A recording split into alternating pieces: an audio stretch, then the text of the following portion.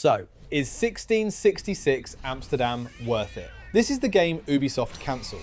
The one the man who created Assassin's Creed started building over 15 years ago, then spent years in a legal fight to get back. Destructoid called it rigorously accurate and brutally fun. The gamer's headline was janky, frustrating, but promising. Game Informer landed somewhere in between and said the polish didn't wow them. And here's the part that makes this interesting rather than just messy. They don't disagree about what the game does. They agree on almost every detail. What they disagree about is whether the thing that's broken is the thing that matters. Because there is one criticism that shows up in every single write-up without exception, and it's the one part of the game you'd think this particular creator would have nailed. Let's go through it. 1666 Amsterdam is from Panache Digital Games, who also publish it themselves. $30. It's an early access game, and the studio has said they expect to be in early access for about a year, with roughly 15 hours of campaign in it to start. The creator is Patrice Désilets.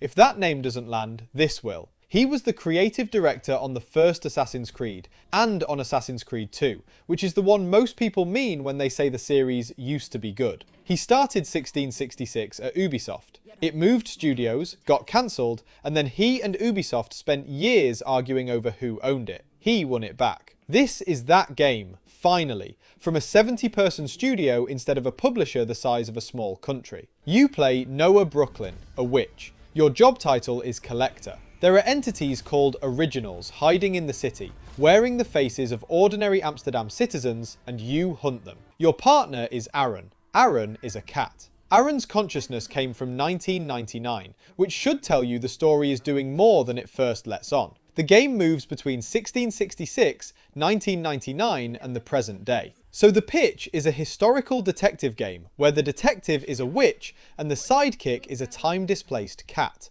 That is not a pitch anybody else is making. The loop splits your day in half, and it's the cleanest idea in the game. During daylight, you investigate, you scavenge, you read the environment, you talk to citizens, and you're building a profile of your target. What they look like, what their seal is, what their name is. You're not following a quest marker to a red dot. You're assembling an identity out of pieces. At night, you go and deal with it. The game hangs this on lunar events called esbats, so the rhythm is baked into the setting rather than bolted on. And there's one more layer on top. Before each contract, you pick one of 3 randomized powers, which gives the whole thing a roguelike flavor without turning it into a roguelike. You're not rerunning the same city, you're going in with a different tool each time. On paper, that's genuinely smart. Investigation that rewards attention, then a night where you find out whether you got it right. Whether the investigation itself holds up over 15 hours, nobody could tell from an hour with it. That's the honest answer. Now the cat, because Aaron is doing a lot of work in this design, and he's also where the reviews start pulling apart. Aaron gets into places Noah can't. He jumps between buildings, he slips through gaps, he distracts guards. Destructoid said the two of them together are the primary means of getting around, and compared the feel of it to Stray. And he can possess people. Specifically, people who are afraid of black cats. There's a timed minigame. You win it, and now you're wearing that person and walking somewhere Noah would never get into. That is a fantastic idea. It ties the mechanic to the superstition of the period, which is exactly the kind of thing this creator is good at. Here's the split. Destructoid liked how it played. Game Informer called the platforming rough and occasionally unresponsive, and the gamer was harshest. She described the cat sections as restrictive and linear, said there's only ever one intended way through an obstacle, and that she spent her time trying to find the exact spot the game wanted her to stand in. Her line about it stuck with me, that the game punished exploration more than it rewarded it. In a game about investigating a city, that's not a small thing to get wrong. So the cat is either the best idea in here or the most annoying part of it. And which one you get seems to depend on how much precision the game demands from you in that moment. The visuals are the one thing nobody argues about. Every single write-up praises them. The word that keeps coming up is painterly, and the reference everyone reaches for is Vermeer, which, for a game set in 17th century Amsterdam, is the obvious call, but they apparently earned it rather than just saying it. The historical accuracy goes further than looks. The Destructoid writer said he'd visited real locations in Amsterdam that appear in the game, and that the recreation held up. That's a rare kind of praise. Plenty of games are set somewhere real. Not many survive someone who's been there checking. So if what you want is to walk around a 17th century city that somebody clearly cared about, that part is not in dispute, and probably won't be. Right, the problem. And I want to be precise about this because it's unanimous. Combat is the weakest part of the game according to every outlet that played it. Not one of them defended it. The specifics line up. GameSpot said that without magic equipped, it devolves into swinging a broom. Game Informer said melee felt unimpactful, and Game Informer flagged something worse than unimpactful.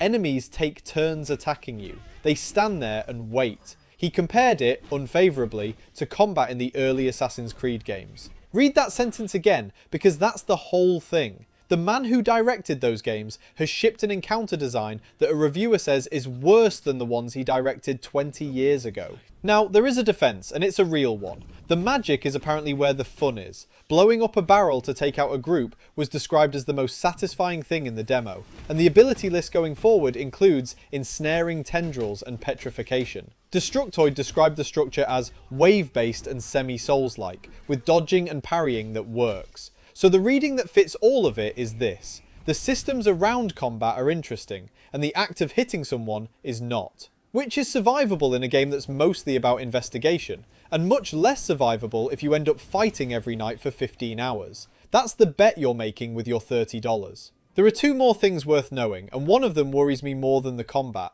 The people don't feel like people. The gamer put it directly. The citizens provide an interesting gameplay loop, but they don't behave like citizens. You can cast spells in the open and nobody reacts. In a game where the entire premise is that a monster is hiding among ordinary people not being convincing is a design problem, not a polish one. The other is PC gamers, and it's about readiness. They said the early access launch felt too close for comfort, and they ran into a bug in a boss encounter. The studio is pushing between 15 and 20 builds a day, which tells you they know, and also tells you how much is still moving. So the honest summary of the problems: the combat is dull, the platforming is fussy, and the world is beautiful, but not yet alive. So, is 1666 Amsterdam worth it? Here's where everybody landed. Destructoid, positive. A good game in the making, fun and satisfying to play, and the strongest defense of the moment-to-moment of anyone. The gamer, mixed, leaning frustrated.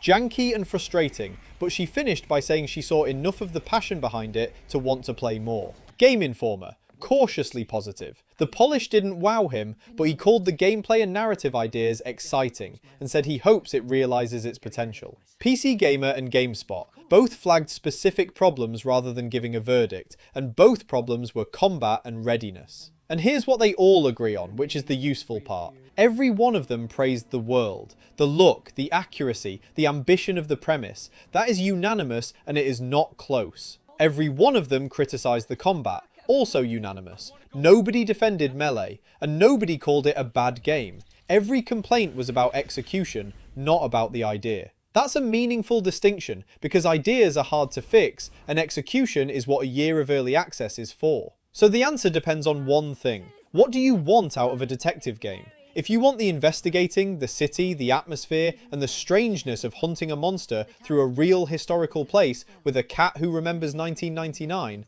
the parts you want are the parts everyone liked. If you want the fighting to feel good, this isn't there yet, and nobody is pretending it is. And if you'd rather not pay to help finish something, that's completely reasonable. This is a game asking you to come in early and wait. Links below. If you played the prologue, I want to know one thing. Did the cat feel like Stray to you, or did it feel like you were hunting for the one spot the game would accept?